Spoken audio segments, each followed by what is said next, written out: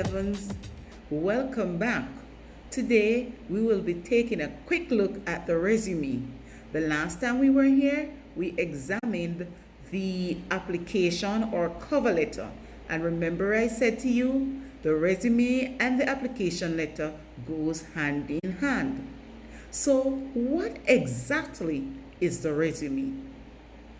In its simplest form, the resume is a formal document that gives an outline or a summary of your education, work, or professional background. Basically, your work experiences. It also outlines to your prospective employer your different hard skills and the soft skills. It also shows your accomplishments, what you have achieved, what awards you have acquired over your time. Simply put, the resume outlines your credentials and give your prospective employer a quick view of what you can offer his or her organization. It allows them basically to see if you are a good fit, a good match for not only the position you're applying for, but for the organization. With that in mind, it is very important that you compile your resume to fit the job you're applying for. So not because you have a million skills or talents means you have to include them all on your resume, because some may not be relevant to the post you're applying for. So now that we have spoken about what the resume is and you have gotten a general idea, you may be wondering, what exactly do I include in my resume? What are the parts? What are the contents? Now, depending on the post you're applying for, you may have different things or different parts that you include. However, there are 7 basic contents or parts that you should include in your resume. We will explore those now. The first important point on your resume that you should always include is your contact information. Your name should be written boldly at the top of the document, and below that you would have your address, your current address, mailing and residential, your phone number, and your email address. Following that, you will have an introduction, or some persons prefer to do a summary, others accept an objective. Now the summary basically in 1 or 2 sentences say who you are and why you're qualified for the post. For example, in your summary, you could say, I am a graphic designer of 10 years, creating successful design and advertising campaigns for notable companies. However, if you choose to write an objective, this will basically show how your skills can benefit the company. For example, again, we'll use the graphic designer. You'll say, I am an experienced graphic designer looking to join a group of fellow passionate creatives and develop successful campaigns for your organization. So the next important point or part to include on your resume would be your education or your educational accomplishments or achievements, if you dare to call it that. Now, this can become a bit tricky. Since you're just leaving high school, it's obvious that the only thing you will have to include on it is your high school education. Ensure that you write the full name of your high school and the level of education achieved. So it would be Cambridge High School, Cambridge St. James, high school certificate or school leaving certificate. Now listen to me carefully. Unless you're asked to include your all-age school or primary school's information, do not do so. Again, unless it is specifically requested, do not include any information about your primary or all-age school in educational aspect. It's not relevant to whatever position you are applying for now. Okay, guys, take key note that the more advanced your educational achievements become, you will now have to include them in order of, let's say, for the want of a better word, their ranking, their status. So if you acquire a PhD after you had a master's and a first degree, then obviously your PhD would be written first on the resume, followed by your master's, then your first degree. At this point, there is no need to include your high school or your community college education. That is no longer relevant, again, unless you were asked. However, sometimes the level of educational acquirement may prevent you from getting the job because it's not relevant to what was asked of you. In that instance, if you know that the community college diploma will override the PhD, include that community college diploma and eliminate the PhD. Sometimes you have to be wise. And again, as I said, you have to put educational achievements that are relevant because you can be overqualified as well as underqualified for a post. Also, importantly, remember that if while pursuing your degrees, diploma, etc., you were given honors, credits, distinction, remember to note them beside the particular course that you received it in or the particular area of education you achieved it in. Alrighty? Professional experience is an extremely important aspect of your resume. I'm certain I never had to say this to you. Your professional experience basically gives your prospective employer a brief history of your career. Now, in writing your professional experiences, remember to list from your most recent to your least recent. Don't write the first job you have ever done. Write the one that you're currently doing or the one that you last did, and go in the opposite direction. Remember to include your position and use bullet points to explain or outline whatever roles or responsibilities and achievements you had in the various posts that you are noting as professional experience. When compiling your resume, you're also expected to list the skills that you have acquired. Now, some persons categorize their skills as soft skills and hard skills. Now, what are soft skills? Basically, soft skills are those skills that relate to your personality, your attitude, your mindset, the kind of person you are. Hard skills are those skills that are tangible that you basically learn or you were taught in school, whether while doing a degree or even in high school. Now, what are those? Make them relevant to the job that you're applying for.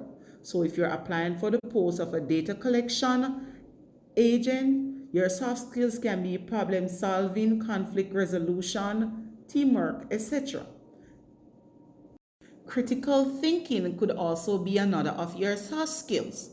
While your hard skills, as I mentioned before, are those skills that you were taught, that you were trained to develop.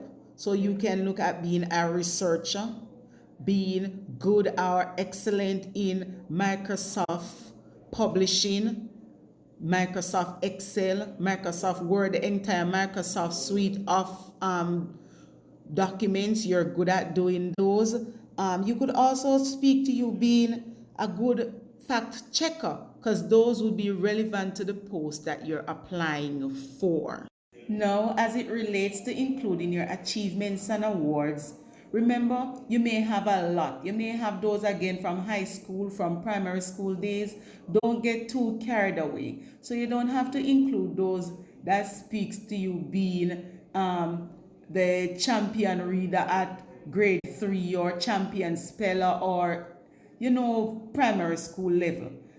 However, seek to include those awards that speak to your maturity over your career. For example, you may have achieved an award for being punctual, for being dedicated and committed to completing assigned tasks, for being industrious, etc.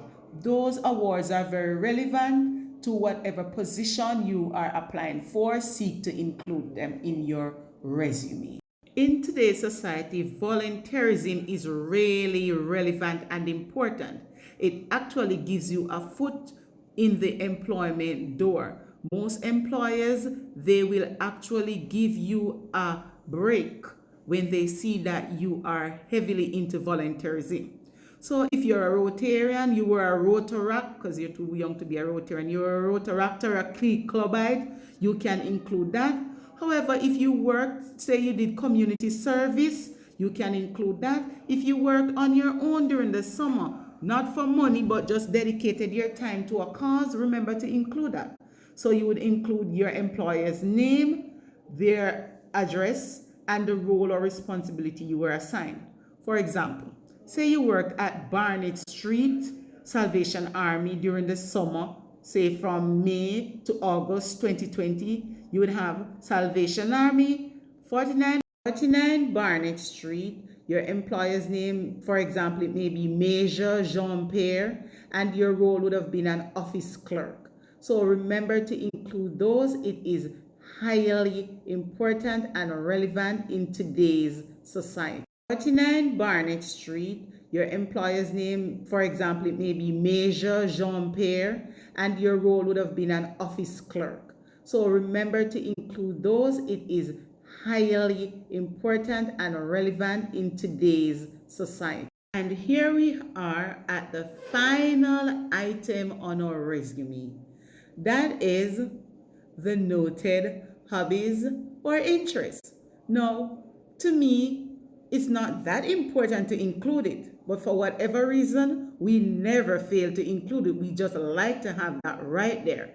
It should be the last item on our resume. Now, a lot of persons, when they get here, they get excited, so they just note down reading, writing, watching TV, cooking, going on trips. No. Please ensure that whatever interests or hobbies you note, they are relevant and related to whatever position you're applying for. For example, if you want the post of a mechanic, you would have your hobbies relating to ideas such as going to classic car shows, watching movies or documentaries relating to the history and evolution of cars, or even collecting toy cars. Now that will show your employer, your prospective employer, that you're really interested in whatever the post of mechanic that you are applying for. Okay, so here I have on screen an example of what a typical resume would look like.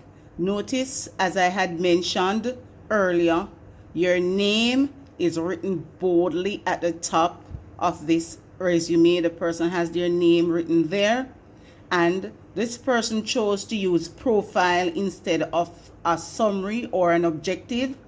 Along the side, you can see the contact information. There it is on the side there. Their expertise or skill would be what is following that right there below it. Also, their job experiences is outlined as I had said to you earlier. And by the way, please note that resumes are preferably done on a single sheet of paper, and your information is organized in a chronological order. So therefore, it's not all over the place. It goes from top to bottom. I have another resume. I have another example. Let me see if I can pull it up here. Now here this person has, again, his name written boldly at the top. He has, instead of a summary like the other person had, they have their career objective and a little, again, I guess, along with the career objective, a little information or a little summary about themselves. Contact information is right there. Going down, you can see their skills. They're outlined there. Education, career experiences, interests, etc. And all of this is enclosed on one sheet. And notice the difference. This person chose to put a picture of himself. So it is not compulsory. It is not something that you're obligated to do. But if you want to give your prospective employer a visual of you to match the information in the resume, you feel free to go. So please ensure that it's a professional picture. So it's not one where you pose up with your friends or with a colorful background or anything like that. Preferably it's a passport size picture. It's small and it's just showing your facial features, your upper body right there. All right. Now, importantly, guys, remember that just like your cover letter, your resume should be on good quality paper, preferably bonded paper. Both documents should be on the same kind of paper. Use basic fonts. Again, they are Arial, Calibri, New Times Romans. Use size 12 for your regular writings. For your headings, you can use a larger font of, say, size 14, and ensure that the larger fonts, the headings are bold, so they are highlighted, they pop out, you can see them immediately. Importantly, and this is never overemphasized, read over your information. Proofread it. Get somebody to assist you. Again, I can recommend your school teachers, your language teachers. They are extremely capable and able. That is why they are there, to assist you. Ask for help if you need help. So in addition to reading over, ensure that you have, as I said before, the correct outline. You can find templates in Google Docs, also in Microsoft Publisher. There are templates there, and I'm certain that there are other WordPress documents that you can find templates in that will be useful to you. Now, I hope you are able to utilize whatever information I gave you in this video. I know it's long, you may think it's boring, but please pay keen attention. People do these videos for money. I am giving you my knowledge for free because that is what I do. If you follow through on these little bits of information, there is no reason for you not to produce an A-class resume that can get you the interview and the job of your desire. All right, the next time we post, it will be about answering your interview's questions. This is also another spicy topic, a dicey one. So again, signing out. See you soon.